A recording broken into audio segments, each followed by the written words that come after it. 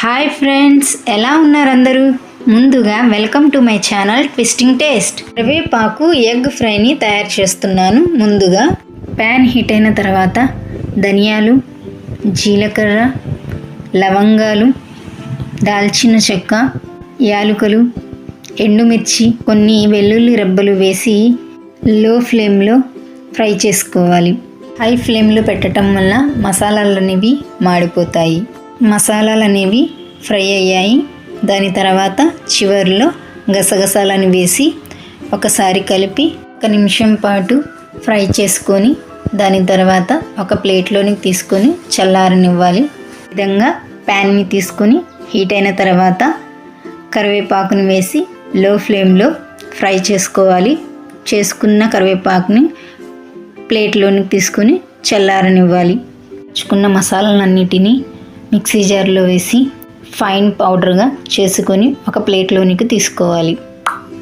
తీసుకొని ప్యాన్ అనేది హీట్ అయిన తర్వాత ముందుగానే ఉడికించి పెట్టుకున్న ఎగ్స్కి ఘాట్లు అనేవి పెట్టి నూనెలో ఫ్రై చేసుకోవాలి. ఎగ్స్లోనికి 1/2 టీ స్పూన్ సాల్ట్ మరియు 1/2 టీ స్పూన్ పసుపును వేసి స్లోగా ఫ్రై చేసుకోవాలి. ఫ్రై అయిన ఎగ్స్ని ఒక ప్లేట్లోనికి తీసుకోవాలి. అదే ప్యానులో 1/2 టీ స్పూన్ ఆవాలను, ఎండుమిర్చి మరియు కరివేపాకును వేసి 1 నిమిషం పాటు ఫ్రై అయిన తర్వాత కొన్ని ఉల్లిపాయలను వేసి ఫ్రై చేసుకోవాలి. ఈ ఫ్రై అయిన ఉల్లిపాయలలోనికి 1/2 టీ స్పూన్ అల్లం వెల్లుల్లి పేస్టును వేసి పచ్చివాసన పోయేంత వరకు కూడా ఫ్రై చేసుకోవాలి. మరియు 1 టీ స్పూన్ కారాన్ని వేసి ఒకసారి కలిపి దాని తర్వాత వాటర్ని యాడ్ చేసుకోవాలి. యాడ్ చేసిన తర్వాత ఒక 3 నిమిషాలు కుక్ చేసుకోవాలి. దాని తర్వాత మనం ముందుగానే ఎగ్స్ అనేవి ఫ్రై చేసాము. వాటిని ఈ విధంగా కట్ చేసుకోవాలి. మనం ముందుగానే కరివేపాకు మసాలా అనేది తయారు చేసాము.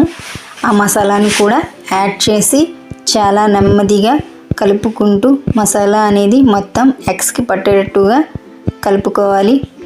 వీడియోలో చూపిస్తున్నట్టుగా మసాలా అనేది ఈ విధంగా కలవాలి. దాని తర్వాత చివరిలో కొత్తిమీర వేసి మనం దించేసుకోవాలి.